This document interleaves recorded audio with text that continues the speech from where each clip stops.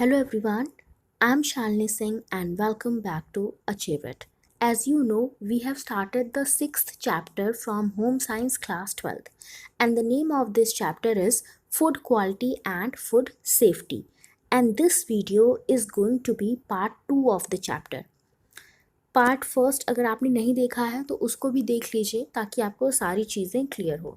तो part first में हमने इंट्रोडक्शन पढ़ा था कि फूड सेफ्टी क्या होती है, फूड क्वालिटी क्या होती है, क्यों ज़रूरी है, और फिर उसके सिग्निफिकेंस पढ़े थे कि क्यों इम्पॉर्टेंट है फूड सेफ्टी और फूड क्वालिटी। ठीक है, आज हम पढ़ेंगे कुछ बेसिक कंसेप्ट्स, यानी कि कुछ बेसिक टर्म्स आज हम पढ़ेंगे। तो सबसे पहला टर्म है food safety. Food safety means assurance that food will not cause any harm to the consumers. Food safety का मतलब होता है assurance, इस बात की निश्चितता कि फूड किसी भी प्रकार का नुकसान नहीं पहुंचाएगा कंज्यूमर्स को। कंज्यूमर्स यानी कि वो लोग जो कि उस फूड को ग्रहण करेंगे। ठीक है, An understanding of food safety is improved by defining two other concepts, toxicity and hazard. अगर हमें फूड सेफ्टी के कंसेप्ट को समझना है तो हमें दो कंसेप्ट्स को और समझना पड़ेगा। पहला है टॉक्सिसिटी, दूसरा है हजार्ड। टॉक्सिसिटी क्या होती है? Toxicity is the capacity of a substance to produce harm और injury of any kind under any conditions. Toxicity कुछ पदार्थों की उपलब्धता है। अगर किसी फूड में कुछ सब्सटेंस ऐसे पाए जा रहे हैं जो कि इंसानों को नुकसान पहुंचाएंगी, और कुछ डिफरेंट कंडीशंस होती हैं जिनमें वो पदार्थ और ज़्यादा नुकसान पहुंचाते हैं, तो उसको टॉक्सिसिटी कहते हैं। ठीक है, ऐसा सब्सटेंस जो अगर फूड में मिला दिया जाए तो वो ह्यूमन बॉडी को नुकसान पहुंचाता है, और कुछ कंडीशंस में नुकसान पहुंचाने की मात्रा और ज़्यादा हो जाती है और ज़्यादा तेज़ी से वो नुकसान पहुंचाता है, तो उसको टॉक्सिसिटी बोलते हैं। हज़ार्ड क्या होता है? Hazard is the relative probability that harm or injury will result when substance is not used in prescribed manner and quantity. देखो, हज़ार्ड क्या है? एक संभावना होती है कि अगर कोई पदार्थ अपनी उचित मात्रा में, प्रिस्क्राइब्ड मैनर में या प्रिस्क्राइब्ड मात्रा में नहीं लिया गया तो वो नुकसान पहुंचा सकता है ह्यूमन बॉडी को। हज़ार्ड क्या होता है कि अगर कोई भी सब्सटेंस अपनी निर्धारित मात्रा में या निर्धारित तरीके से नहीं लिया गया तो वो हमारी बॉडी को नुकसान पहुंचाएगा। ठीक है, तो टॉक्सिसिटी हज़ार्ड में आई होप आपको अंतर समझ में आया होगा। ठीक है, टॉक्सिसिटी क्या होती है एक बार मैं फिर बता दे रही हूँ। टॉक्सिसिटी एक कैपेसिटी होती है कि एक सब्सटेंस कब नुकसान पहुंचाता है और किस कंडीशन में कितना नुकसान पहुंचाता है। हज़ार्ड में ज़रूरी नहीं है कि वो सब्सटेंस नुकसान ही पहुंचाए, लेकिन प्रोबेबिलिटी होती है कि अगर वो सब्सटेंस ठीक तरह से यूज़ नहीं किया गया तो वो ज़रूर नुकसान पहुंचाएगा। जैसे मान लो, अगर कभी कभी आपने सुना होगा कि डॉक्टर दवा देते हैं तो कुछ दवाओं को कहते हैं कि आप इसको खाना खाने के बाद खाइएगा, कुछ दवाओं को कहते हैं कि आप इनको खाना खाने के पहले खाइएगा। लेकिन अगर हम उल्टा कर दें, जो हमें खाना खाने के बाद दवा खाने को कही गई हैं वो अगर हम खाना खाने से पहले ही खा लें या खाली पेट ही वो दवा खा लें तो हमें वो दवा क्या करेगी? नुकसान पहुंचाएगी। क्यों नुकसान पहुंचाएगी? क्योंकि हमने उसको प्रिस्क्राइब्ड मैनर में नहीं लिया। ठीक है, जैसा निर्धारित किया गया था, जैसा हमें डॉक्टर ने बताया था, हमने उस तरीके से उस दवा को नहीं लिया तो वो दवा हमें क्या पहुंचा रही है? नुकसान पहुंचा रही है। अदरवाइज वो दवा हमारे लाभ के लिए ही बनी है। ठीक है, लाभ के लिए तब तक वो रहेगी जब तक हम उसको एक निर्धारित तरीके से निर्धारित मात्रा में लेंगे। अब दवा आपको कही गई है आधी खाने को, आप एक दवा खा लो, पूरी टैबलेट खा लो, तो आपको फिर भी वो नुकसान पहुंचाएगी क्योंकि उसकी मात्रा डॉक्टर ने तो बता रखी है ना कि भैया आपको आधी टैबलेट खानी है। ठीक है, तो हज़ार्ड ये होता है। Hazard can be physical, chemical, biological, causing harmful adverse effect on the health of the consumers. Hazard हमारा फिजिकल भी हो सकता है, केमिकल भी हो सकता है और बायोलॉजिकल भी हो सकता है, जो कंज्यूमर्स की हेल्थ को नुकसान पहुंचाता है। तो सबसे पहले फिजिकल हज़ार्ड की बात करते हैं। Physical hazard in any physical material not normally found in food which cause illness or injury and includes wood, stones, part of pets, hair, etc. Physical hazard में क्या होता है, ऐसे फिजिकल मटेरियल होते हैं जो नॉर्मली फूड में नहीं पाए जाते, लेकिन अगर वो गलती से फूड में मिल जाएं तो वो हमारी बॉडी को नुकसान पहुंचाएंगे। जैसे लकड़ी, पत्थर, कुछ जो पेस्ट होते हैं, कुछ पेस्टिसाइड्स होते हैं, वो अगर मिल जाएं, हेयर, ह्यूमन हेयर जो होता है या किसी भी जानवर का भी बाल अगर वो खाने में आ जाए तो भी वो हमें नुकसान पहुंचाएगा। ठीक है, यहाँ पे देखो फिजिकल हजार्ड दिए गए हैं कि कौन कौन से फिजिकल हजार्ड हो सकते हैं।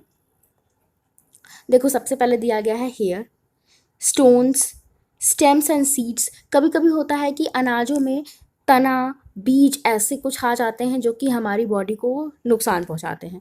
बोन्स, फ्रेगमेंट, फीदर्स, ये सारी चीज़ें कभी कभी आ जाती हैं। कभी कभी मैच स्टिक्स यानी कि माचिस की तीली भी आ जाती है जो हमें नुकसान पहुंचाती है। ठीक है, उसके बाद ज्वेलरी, कभी कभी ज्वेलरी के टूटे हुए टुकड़े भी खाने में आ जाते हैं। कभी कभी कील, नट, बोल्ट, ये सब भी आ जाते हैं, ये सब भी नुकसान पहुंचाते हैं। कभी कभी फाइबर्स कुछ आ जाते हैं खाने में, फूड में, जो कि हमें नुकसान पहुंचाते हैं। बटन्स भी हमें नुकसान पहुंचाते हैं। बीड़ी, सिगरेट, ये सारी चीज़ें भी कभी खाने में अगर गलती से मिल जाएं तो ये हमें नुकसान पहुंचाती हैं। ठीक है, उसके बाद है केमिकल हजार्ड्स की बात की गई है। ठीक है, केमिकल हजार्ड के बारे में नीचे बताया गया है। देखो केमिकल हजार्ड क्या होता है, पहले इसको पढ़ लेते हैं। केमिकल हजार्ड्स आर केमिकल्स और deleterious substance which may be intentionally or unintentionally added to food। Chemical hazard ऐसे होते हैं, ऐसे कुछ केमिकल होते हैं जिनको या तो हम इंटेंशनली, या तो जानबूझ के फूड में ऐड करते हैं, या बिना जानबूझ के, या तो वो गलती से फूड में ऐड हो जाते हैं। This category of hazards includes pesticides, chemical residues, toxic metals, polychlorinated biophenyl, preservatives, food colors and other additives।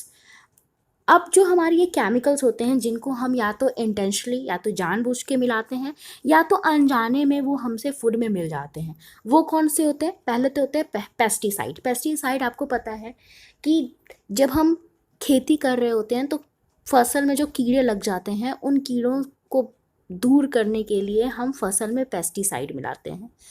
तो इस तरह से हम जानबूझ के पेस्टिसाइड मिलाते हैं।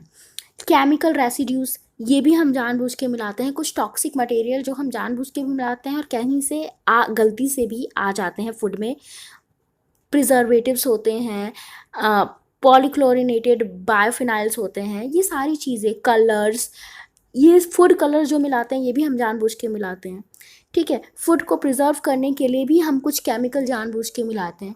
तो ये सारी चीज़ें क्या होती हैं, ये भी फूड को ख़राब कर देती हैं। ठीक है, ये किस में आती हैं? ये सब केमिकल हजार्ड में आती हैं।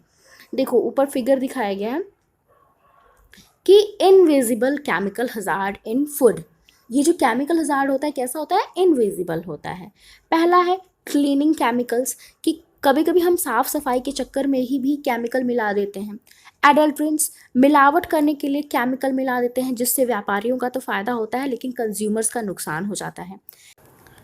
फिर है excess of permissible food additives, कि ऐसे फूड एडिटिव्स जो कि परमिशेबल होते हैं, यानी कि जिसकी परमिशन होती है, आप उसको मिला सकते हो फूड में, लेकिन हम अगर उसको ज़रूरत से ज़्यादा मिला दें तो क्या हो जाएगा? हमारा फूड खराब हो जाएगा। उसके बाद है नॉन पेरिशेबल फूड एडिटिव्स। कुछ फूड एडिटिव्स ऐसे होते हैं जिनको फूड में मिलाना मना होता है, लेकिन फिर भी हम उनको मिलाते हैं, तभी भी हमारा फूड खराब हो जाता है। ये भी केमिकल हजार्ड होता है एक तरह से। फिर है वेटरनरी रेसिड्यूज। क्या होते हैं? हम कीड़े मकोड़ों को दूर रखने के लिए, जानवरों को दूर रखने के लिए क्या मिला देते हैं? उस समय भी केमिकल मिला देते हैं।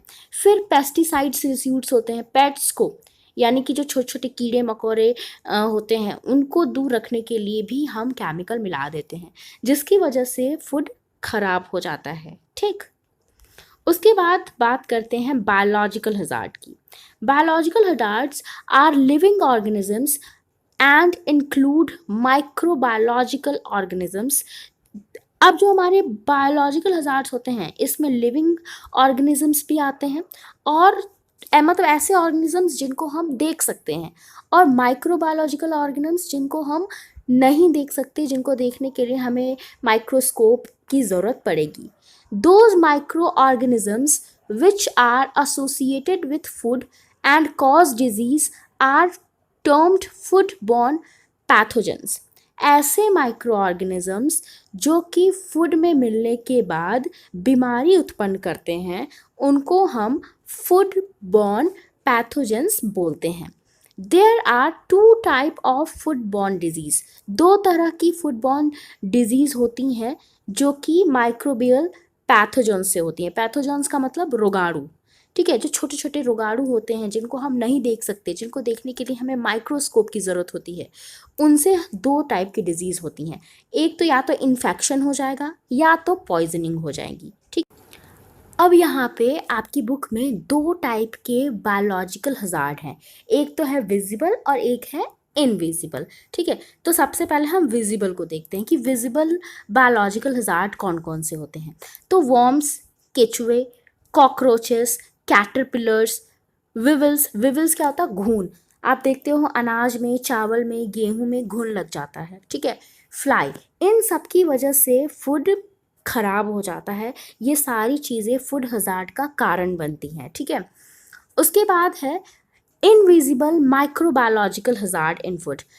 इनविजिबल यानी कि जिनको हम नॉर्मली नहीं देख सकते, जिनको हमको देखने के लिए माइक्रोस्कोप की ज़रूरत पड़ेगी, ठीक है। उनमें पहला है bacteria, Yeats, protozoa, moulds, virus. ये सारे क्या होते हैं? ये इनविजिबल माइक्रोबायोलॉजिकल हजार्ड होते हैं, ठीक है। अब बात करेंगे फूड इन्फेक्शन और फूड पॉइजनिंग की, कि फूड इन्फेक्शन, अभी दो टर्म हमने ऊपर पढ़ा ना, कि या तो हमें बायोलॉजिकल हजार्ड की वजह से फूड इन्फेक्शन हो जाएगा या तो फूड पॉइजनिंग हो जाएगा। तो इनके बारे में देखते हैं। Food infection, food poisoning results from ingestion of live pathogenic organism which multiply in the body and cause disease। देखो, जो हमारा फूड इन्फेक्शन या फूड पॉइजनिंग होती है वो किस कारण होती है? जब हमारी बॉडी में रोगाणुओं की संख्या बहुत ज़्यादा हो जाती है तब।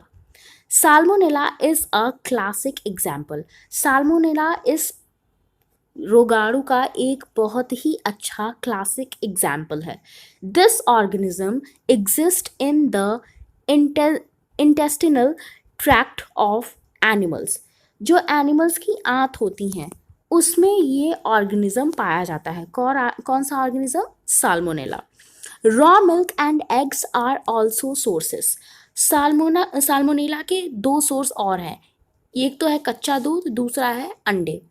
Heat destroy salmonella, however inadequate cooking allows some organism to survive। गर्मी की वजह से, हीट की वजह से हम क्या कर सकते हैं? साल्मोनेला को डिस्ट्रॉय कर सकते हैं। देखते हो दूध उबाल दिया जाता है तो उस समय साल्मोनेला डिस्ट्रॉय हो जाता है।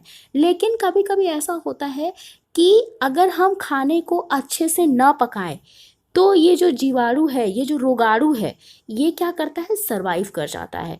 इनमें से मतलब मान लो बहुत सारे साल्मोनेला आपके फूड में है और आपने उसे अच्छे से पकाया नहीं, तो वो कुछ जो रोगाणु हैं वो क्या हो जाते हैं? जिंदा बच जाते हैं, सर्वाइव कर जाते हैं। Often salmonella is spread through cross contamination. अक्सर जो हमारा साल्मोनेला होता है वो मिलावट की वजह से फैलता है। This could happen with a cook cut raw meat, poultry on a chopping board and without cleaning use it for another food which does not involve any cooking such as salad। अब देखो ये कब हो सकता है salmonella, कि मान लो किसी कुक ने, किसी खाने बनाने वाले ने यानी किसी रसोइये ने क्या किया, पहले किसी चॉपिंग बोर्ड पे मीट रखा, कच्चा मीट रखा या मछली या कोई आप कह सकते हो पोल्ट्री वाला सामान, ठीक है, उसको रखा और उसको काटा। यानी कि या तो मीट रखा या तो चिकन रखा और उसको काटा, और उसके बाद उस बोर्ड को बिना धोए उसने उस पे क्या काट दिया, एक ऐसा फूड काट दिया जिसको पकाने की ज़रूरत ही नहीं है, जैसे कि सैलड। आपको पता है सैलड पकाने की ज़रूरत नहीं है, तो किसी चॉपिंग बोर्ड पे पहले मीट काटा गया, फिर उसको बिना धोए उस पे सैलड काटा गया। तो उस स्थिति में क्या होता है, ये चांसेस हो जाते हैं कि जो सैलड है उसमें साल्मोनेला के पैथोजेंस आ जाएंगे। साल्मोनेला नामक जो जीवाणु है, रोगाणु है, वो सैलड में आ जाएगा। Food may become infected by salmonella if an infected food handler does not wash hands with soap after using bathroom and before touching food. Salmonella तभी भी फैल सकता है, साल्मोनेला के जो पैथोजेंस होते हैं तभी भी बढ़ सकते हैं जब किसी कुक ने, किसी खाने बनाने वाले ने अच्छे से हाथ नहीं धोया है खाना छूने से पहले। Salmonella can reproduce very quickly, बहुत तेज़ी से साल्मोनेला के जीवाणु के रोगाणु बढ़ते हैं एंड 20 मिनट्स में क्या हो जाते हैं, डबल हो जाते हैं। ठीक है, अभी मान लो 2 हैं तो 20 मिनट्स बाद ये क्या हो जाएंगे, 4 हो जाएंगे। The symptoms of salmonella infection includes diarrhoea, fever and abdominal cramps. Salmonella का जो इन्फेक्शन होता है इसके लक्षण क्या होते हैं, डायरिया, बुखार, या आपके जो पेट में है वो ऐंठन होने लगेगी, आपके पेट में दर्द होने लगेगा, ऐंठन होने लगेगी। तो ये सारे लक्षण हैं कि आपको साल्मोनेला इन्फेक्शन हो गया है। ठीक है, नेक्स्ट जो हमारी टर्म है वो है food intoxication. Some bacteria produce harmful toxins which are present in food even if pathogens has been। कुछ बैक्टीरिया ऐसे होते हैं जो हार्मफुल टॉक्सिन को प्रोड्यूस करते हैं और उन बैक्टीरिया के मरने के बाद भी वो टॉक्सिन जो है फूड में ज़िंदा रहता है। फूड में टॉक्सिन हो जाता है चाहे वो बैक्टीरिया मर ही क्यों ना जाए। ठीक है, बैक्टीरिया के ख़त्म होने के बाद भी फूड में टॉक्सिन रहता है। Organisms produce toxin when the food has not been hot enough और कोल्ड एनफ। अब जो हमारे ऑर्गेनिजम्स होते हैं, यानी कि जो हमारे जीवाणु होते हैं, वो उस समय टॉक्सिन को प्रोड्यूस करते हैं जब फूड या तो अच्छे से गर्म नहीं होता या तो अच्छे से ठंडा नहीं होता। तो हमें खाना गरम गरम ही खा लेना चाहिए और जो खाना ठंडा खाना है वो हमें ठंडा ही खाना चाहिए। ठीक है, toxins in food can not be detected by smell, appearance और टेस्ट। जो फूड में टॉक्सिन होता है, जहरीले पदार्थ होते हैं, वो देख के, स्मेल करके, टेस्ट करके नहीं पता किए जा सकते। इसीलिए अगर कोई फूड देखने में, स्मेल करने में, टेस्ट करने में अच्छा लग रहा है तो इसका मतलब ये नहीं कि वो टॉक्सिन फ्री है, हो सकता है उसमें टॉक्सिन हो। One example of such an organism in is Staphylococcus aureus. क्या, स्टेफिलोकोकस आउरियस, ये एक एग्जाम्पल है ऐसे ऑर्गेनिज्म का जो अगर फूड में होता है तो फूड की स्मेल भी ठीक रहती है, फूड देखने में भी अच्छा रहता है, फूड की टेस्ट भी अच्छी रहती है। और ये ऑर्गेनिज्म जो होता है ये हवा में, धूल में, पानी में, हर जगह पाया जाता है। और यहाँ तक कि जो हमारे हेल्दी पीपल होते हैं, जिनको देख के आपको लगेगा कि ये लोग तो एकदम हेल्दी हैं, उनके उनके शरीर पे भी ये ऑर्गेनिज्म पाया जाता है। कौन सा ऑर्गेनिज्म, स्टेफिलोकोकस आउरियस। ठीक है, और ये उनके नेसल पैसेज यानी कि नाक के रास्ते में पाया जाता है, गले में भी हो सकता है, स्किन पे भी हो सकता है, बालों पे भी हो सकता है। तो जो लोग, people who carry this organism contaminated food if they touch these place on body while food handling। अगर ऐसे लोग जिनके नाक के रास्ते में, गले में, स्किन पे, बाल पे ये जीवाणु है और अगर वो फूड को हैंडलिंग कर रहे हैं, यानी कि खाना बना रहे हैं, खाना परोस रहे हैं, उस समय वो लोग अगर अपने बाल को, गले को, स्किन को टच कर देंगे तो फूड भी क्या हो जाएगा, कंटैमिनेट हो जाएगा, यानी कि फूड भी जहरीला हो जाएगा, फूड भी बेकार हो जाएगा। ठीक है, तो इसीलिए देखते हो कि आप जब, जो बड़े बड़े कुक होते हैं वो ग्लव्स वगैरह पहने रहते हैं, बालों पे भी अपने वो कैप लगाए रहते हैं अच्छे से, ताकि कुछ भी ऐसा उनका बॉडी पार्ट टच ना हो और फूड एकदम सेफ रह सके। Diarrhoea is also one of the symptom of this contamination. तो ये जो कंटैमिनेशन होती है स्टैफिलोकोकस आउरियस की वजह से, उसका एक एग्जाम्पल है डायरिया। जब भी आपके अंदर ये जीवाणु रहेगा तो आपको डायरिया की प्रॉब्लम हो सकती है। Parasites can also cause infestation, worm infestation by tapeworm in pork. In addition to this, food can be infested by pests and insects. अब जो हमारे पैरासाइट्स होते हैं यानी कि जो हमारे परजीवी होते हैं, उनकी वजह से भी फूड क्या हो सकता है, आपका इन्फेक्टेड हो सकता है, फूड में खराबी आ सकती है, ठीक है। और उसके अलावा फूड जो होता है हमारा पेस्ट से यानी कि छोटे छोटे कीटाणुओं से, छोटे छोटे इंसेक्ट से भी खराब हो सकता है, जैसे मक्खी, मच्छर, इन सब की वजह से भी हमारा फूड खराब हो सकता है और जनरली हम इन बातों पे ध्यान भी नहीं देते, ठीक है।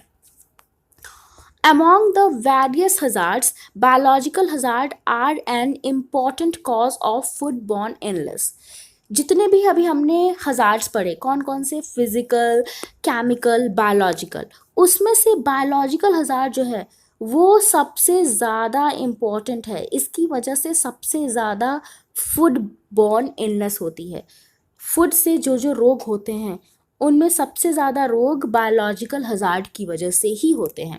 इन spite of all the efforts in the area of food safety, microbial food borne pathogens are still a serious concern and new pathogens continue to emerge. बहुत सेफ्टी के बाद भी जितनी भी हम कोशिश कर लें, आज भी जो ये माइक्रोबियल फूड बॉर्न पैथोजेंस हैं यानी कि जो जीवाणु की वजह से फूड में खराबी आती है, वो आज भी एक सीरियस समस्या है और नए नए रोगाणु आज भी सामने आते जा रहे हैं। ऐसे ऐसे रोगाणुओं का आप नाम सुनते जाओगे जिसके बारे में आपने पहले कभी नहीं सुना होगा और ये बहुत बड़ी चिंता का विषय है, क्योंकि हम बाकी हज़ार्ड को कहीं ना कहीं कंट्रोल कर सकते हैं।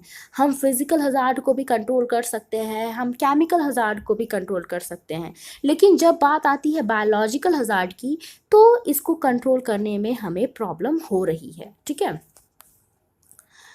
अब है factors that are important in the emergence of pathogens include human host, animal host, and their interaction with humans, the pathogens itself, and the environment, including how food is produced, processed, handled, and stored.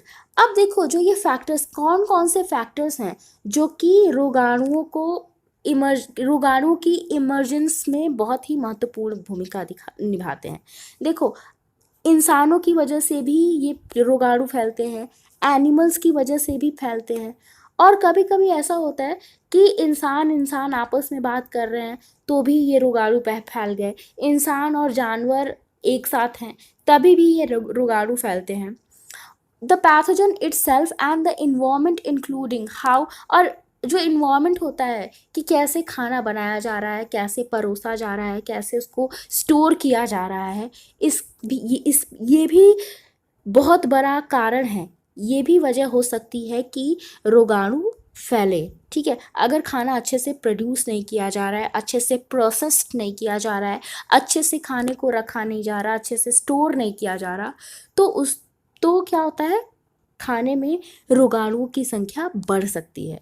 For example, changes in host sustainability due to malnutrition, age, and other condition can allow for the emergence of new infections in vulnerable population.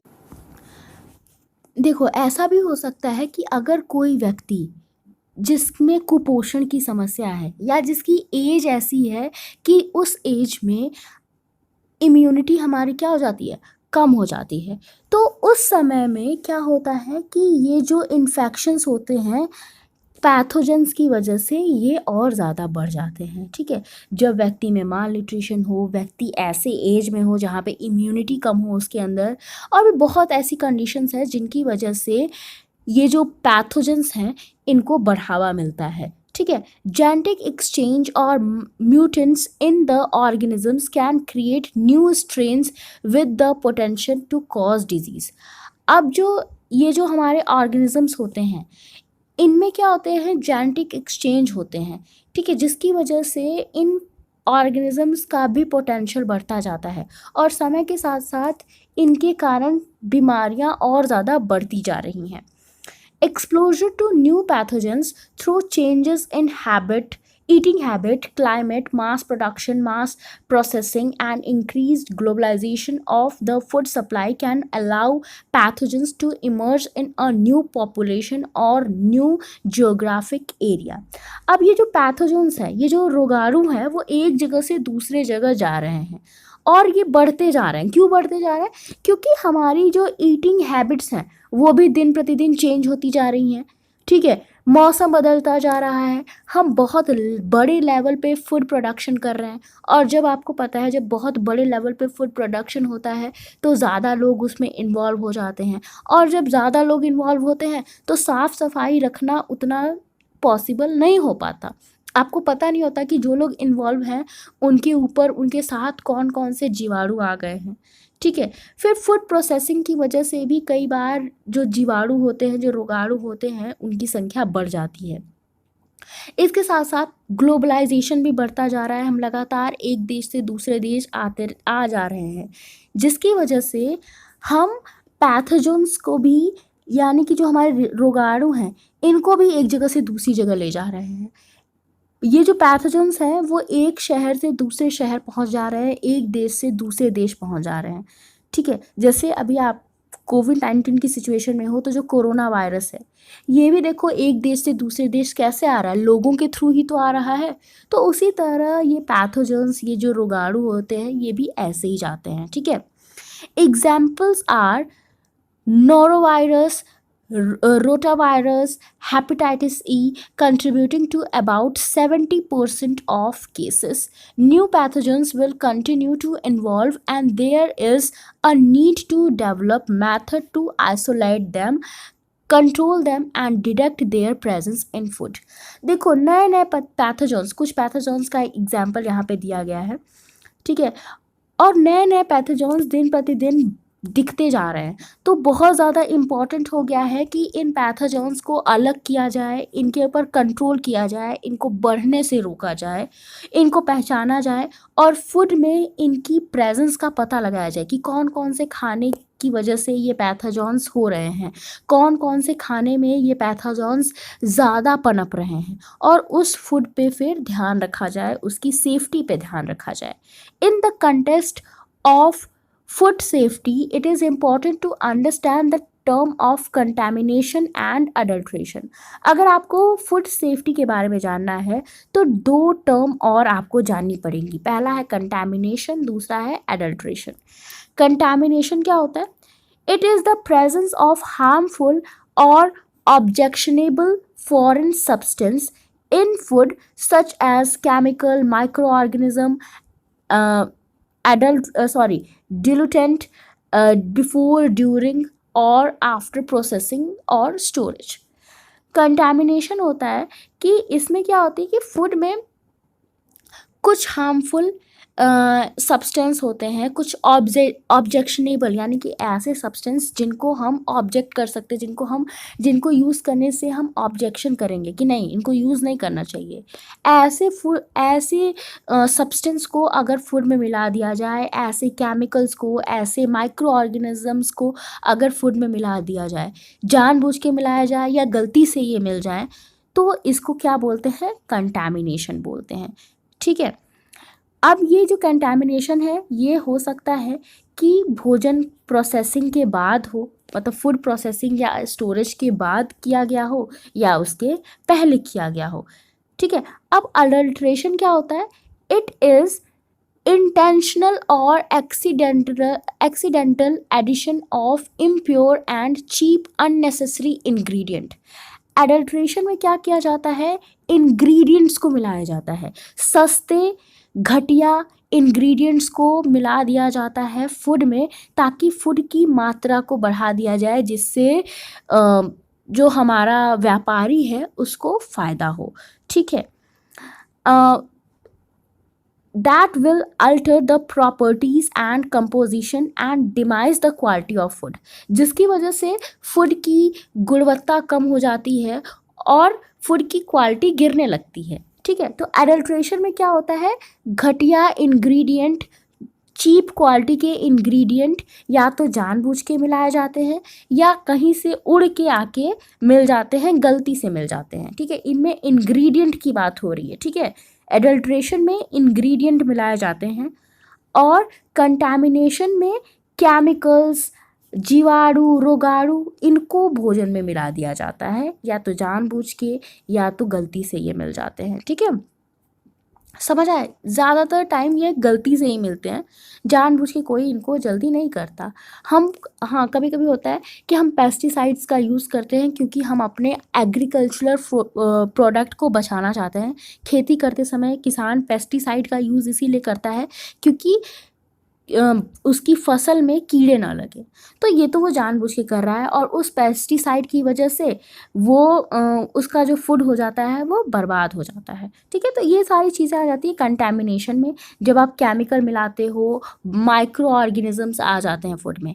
और adulteration में क्या होता है कि आप घटिया quality के ingredient मिलाते हो फूड में, ठीक है। इसमें इंग्रेडिएंट की बात होती है और कंटैमिनेशन में केमिकल्स की, जीवाणुओं की, रोगाणुओं की, इनकी बात हो रही है। Having understood what food safety is, let us discuss the food quality. अब हमने फूड सेफ्टी तो पढ़ लिया, अब फूड क्वालिटी के बारे में डिस्कस करते हैं हम। Food quality. The term food quality refers to attribute that influence a product's value to consumer. This includes both negative attributes such as spoilage, contamination, adulteration, food safety hazard, as well as positive attributes such as color, flavor, texture. देखो food quality क्या होती है।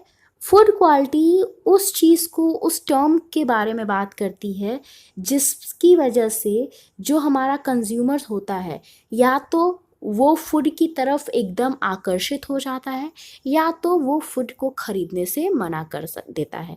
Food की quality positive भी हो सकती है, negative भी हो सकती है, ठीक है। फूड की क्वालिटी अच्छी है तो कंज्यूमर उसको खरीदेगा, उसको कंज्यूम करेगा, लेकिन अगर फूड की क्वालिटी ख़राब है तो कंज्यूमर उससे दूर हो जाएगा, उसको कंज्यूम नहीं करेगा, ठीक है। तो दोनों तरह की फूड क्वालिटी की बात की गई है। एक फूड में दोनों तरह के गुण पाए जाते हैं, ठीक है। फूड क्वालिटी में दोनों तरह के गुण की बात होती है, पॉजिटिव गुण की भी बात होती है, फूड के नेगेटिव गुण की भी बात होती है, और ये दोनों गुण ही कंज्यूमर्स को प्रभावित करते हैं। नेगेटिव गुण कौन कौन से होते हैं? स्पॉइलेज यानी कि खराबी, मिलावट, ठीक है। उसके बाद पॉजिटिव कौन से होते हैं कि अगर फूड का कलर अच्छा है, उसका फ्लेवर अच्छा है, उसका टेक्सचर अच्छा है। It is there for a holistic concept integrating factors such as nutritional traits, sensorial properties, color, texture, shape, appearance, taste, favor, odor, social consideration, safety. अब देखो, इसीलिए क्या किया जाता है कि ध्यान रखा जाता है कि फूड कैसा हो, फूड के जो फूड ऐसा हो जिससे कुछ न्यूट्रिएंट्स मिलते हो, फूड की न्यूट्रिशनल कैरेक्टरिस्टिक्स को ध्यान में रखा जाता है। फूड देखने में अच्छा होना चाहिए, उसका कलर, उसका टेक्सचर, उसका शेप, सब कुछ अच्छा होना चाहिए। और फूड अगर सोशली देखा जाए तो सोशली फूड कैसा होना चाहिए, सेफ होना चाहिए, ठीक है।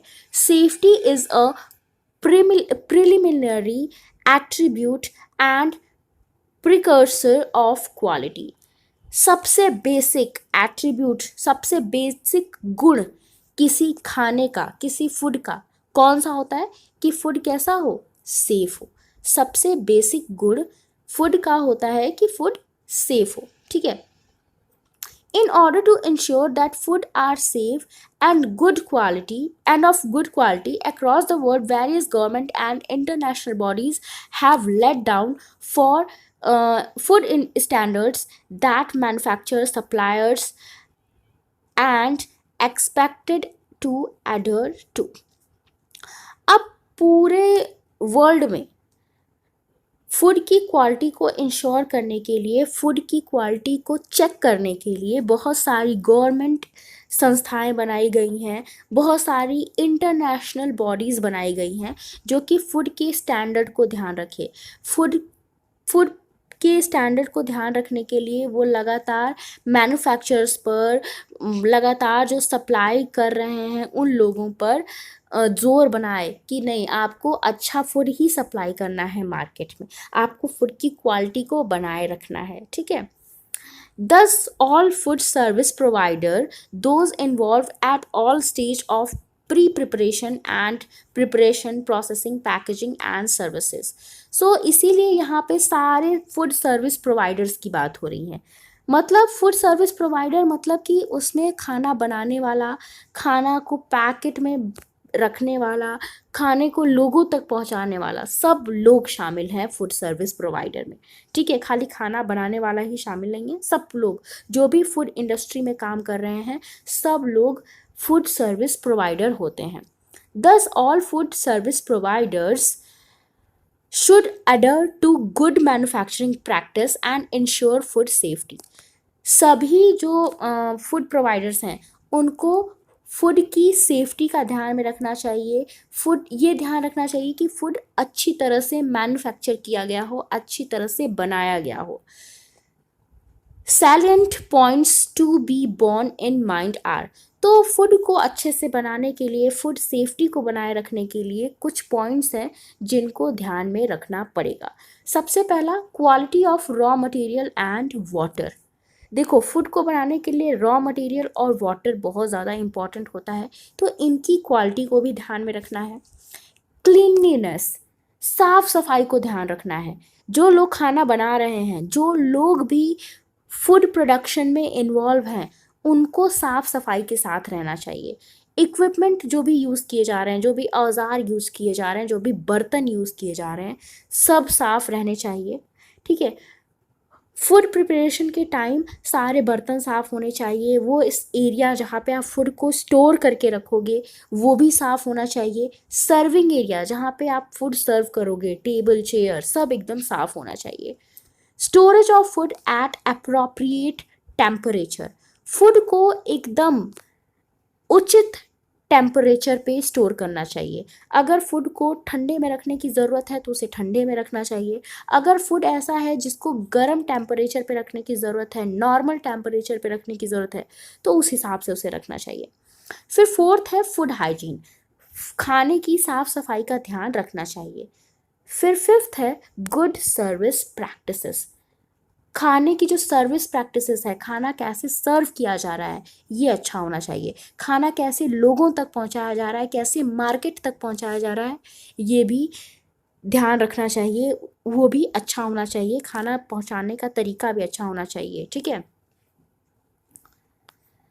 अब हम नेक्स्ट वीडियो में बात करेंगे फूड स्टैंडर्ड्स की। तो आई होप आपको आज आपने जितने भी टॉपिक पढ़े हों सब आपको समझ में आया हो। एडल्ट्रेशन क्या होती है, कंटामिनेशन क्या होता है, इसमें अंतर समझ में आया हो। फूड क्वालिटी कैसे इंश्योर की जाती है, फूड को सेफ कैसे रखा जाता है, आपको सब समझ में आया होगा। और अगर फिर भी आपको कोई भी डाउट हो तो आप कमेंट सेक्शन के थ्रू मुझसे पूछ सकते हैं। और अगर वीडियो अच्छा लगा हो तो लाइक कर दो, शेयर कर दो और चैनल को सब्सक्राइब कर दो। Thank you for watching.